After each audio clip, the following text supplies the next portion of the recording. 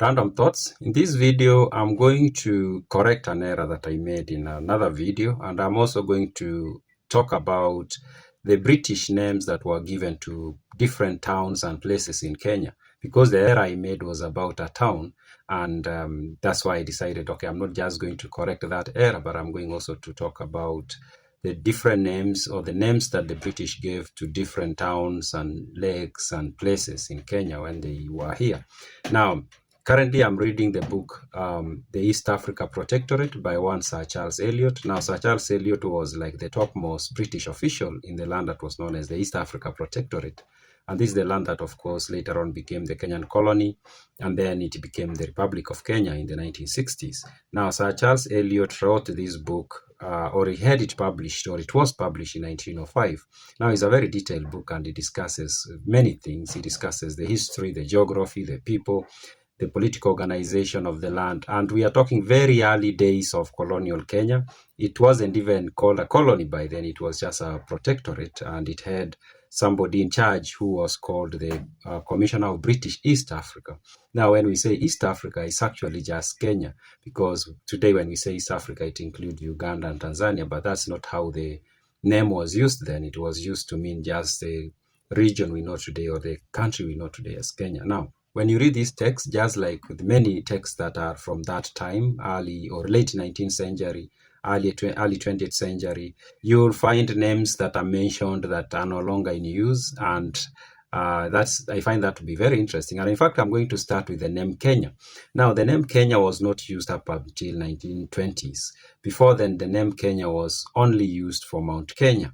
And when you read this book, the one I'm reading at the moment, you might get a little bit confused. And if you've watched my videos, you realize that when I'm reading the text, or I'm quoting the text, I'm trying to put the word Mount before Kenya, because the way the word is used, you might get a little bit confused, because when he says Kenya, you might think like he's talking about the entire country, the landmass we know today as Kenya, but he's actually talking about the region occupied by the Kikuyu people, and to some extent the Embu and Meru and the Mbeere, those people. What we know today is the Mount Kenya region.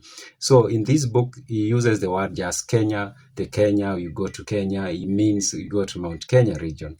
So that's the first word that you need to be very careful about when you read this very old document, is the use of the word Kenya, and to know that the word Kenya was not used for the colony up until early 1920s.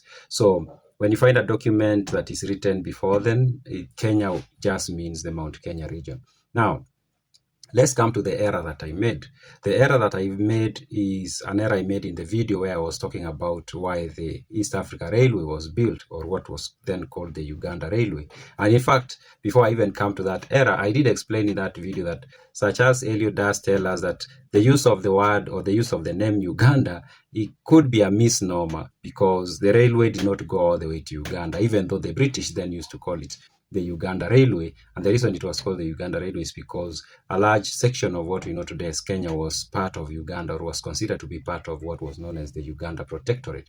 And that came all the way to Naivasha, actually. So you can say half of what we know today as Kenya was part of Uganda, and it was called the Eastern Uganda side. So that gave it the name. And also the fact that maybe one of the primary reasons why the railway was built was to connect Uganda to the coast, because the British somehow believed that there was business to be done in Uganda, not in Kenya. So they needed a way to move things in and out of Uganda, or Buganda Kingdom and the kingdoms that were around. So that is that. Now, the error I made was about Kisumu. Now, Kisumu is one of those towns that the British gave a name, and then they later on changed their minds. And there is a place in this book where he actually talks about that, and he says that he believed that it was better to give, or to retain, the names that the natives had given to places, rivers, mountains, and such things, not to change them, and only to give names to places that the natives did not either have a name for, or there was no consensus among the different groups of people as to the name of that thing. Now, Kisumu was given the name Port Florence by the British. This was in 1901, when the British started settling in that part of the country, especially after the railway line had reached that place. They call it Port Florence. Florence was actually the wife of the chief engineer, and her full name was Florence Preston. Now, Engineer Preston maybe persuaded the rest of the team, or some people just decided we are going to name this new town, give it the name of the wife of the chief engineer of the railway project. So that's how it came to be called Port Florence, and it was given this name in 1901. But not long after, I think there were negotiations, and as I've said, such as Elliot does talk about why the British should be very careful when they name places, and that they should only give places names if there is no name or there is no consensus among the people who live around that place. So, but Kisumu had an indigenous name, and it was Kisumu or Kisumu, something of that, or something close to that, and it was a Luo name. I've seen some people say it means a place of doing business, or a place where you go to do trade, or something, or a meaning of close to that in the Luo language, of course. So after calling it Port Florence, but shortly they decided to go back to the original name, or to the indigenous name of Kisumu. So it became Kisumu to date. But then, of course, there is the lake that is, of course, Kisumu is next to the lake. Now, this lake is another feature that was given a name by the British, and the British called it Lake Victoria after Queen Victoria, of course, of Britain, or the United Kingdom.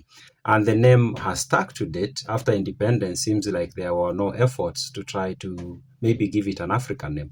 Now, the lake did have African names, and I think the reason why it was given the name Lake Victoria and that name stuck is because the different groups of people who live around Lake Victoria had a name for it, but they did not have a consensus on the name.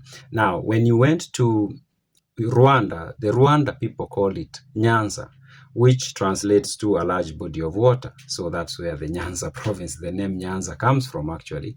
And then when you go to Tanzanian side, it was called Ukerewe. Now, Ukerewe is a name that is a name of people called the Ukerewe people. So it's a name of people who live next to the lake. So it was called Ukerewe in Tanzania. And when you go to Uganda, it was called Nalubale, which is the Luganda language, and it means mother of gods. So that's the name the people of Uganda used to call the lake.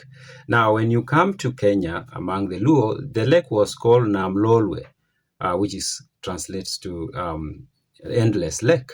So you see, the different groups of people had a name for it, but there was no consensus on the name. So the British decided they were going to give it a new name completely, and they called it Lake Victoria.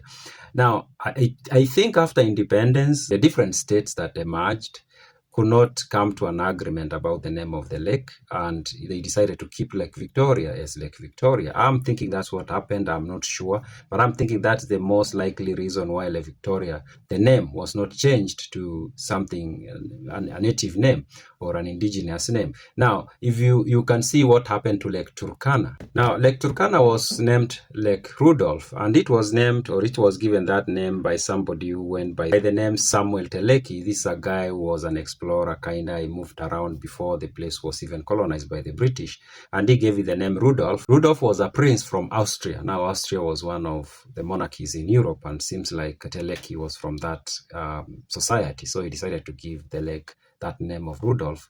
But so when the British take over the region, seems like they decided to keep the name, even though Rudolph was not British, of course.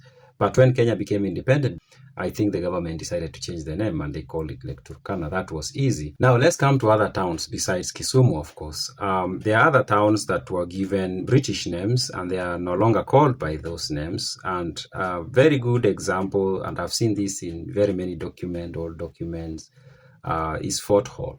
Now, Fort Hall is Moranga.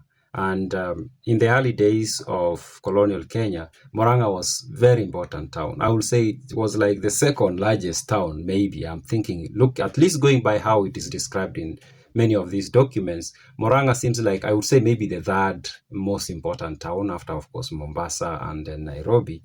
I think it was Fort Hall, Moranga. So Moranga, of course, later on, it was renamed and it became Moranga.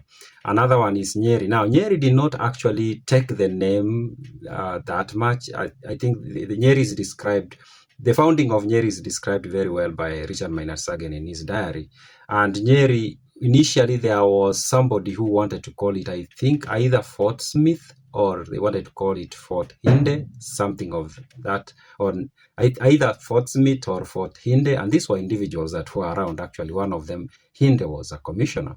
He was an administrator, British administrator, but they didn't give it a British name. They decided to give it a name of a local hill or a place that was called Nyeri by the local people. So Nyeri never took that name.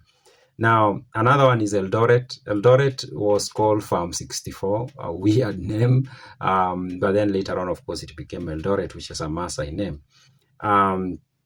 Yeah, so those are some of the places in Kenya that were given British names, but they later on, of course, we can also add in there the East Africa Protectorate. Later on, it became Kenya. Anyway, so those are some of the names. So yeah, I made an error about Kisumu calling it. I call it Port Elizabeth, but no, it is Port Florence, and somebody pointed it out in the comment section. Those are my random thoughts.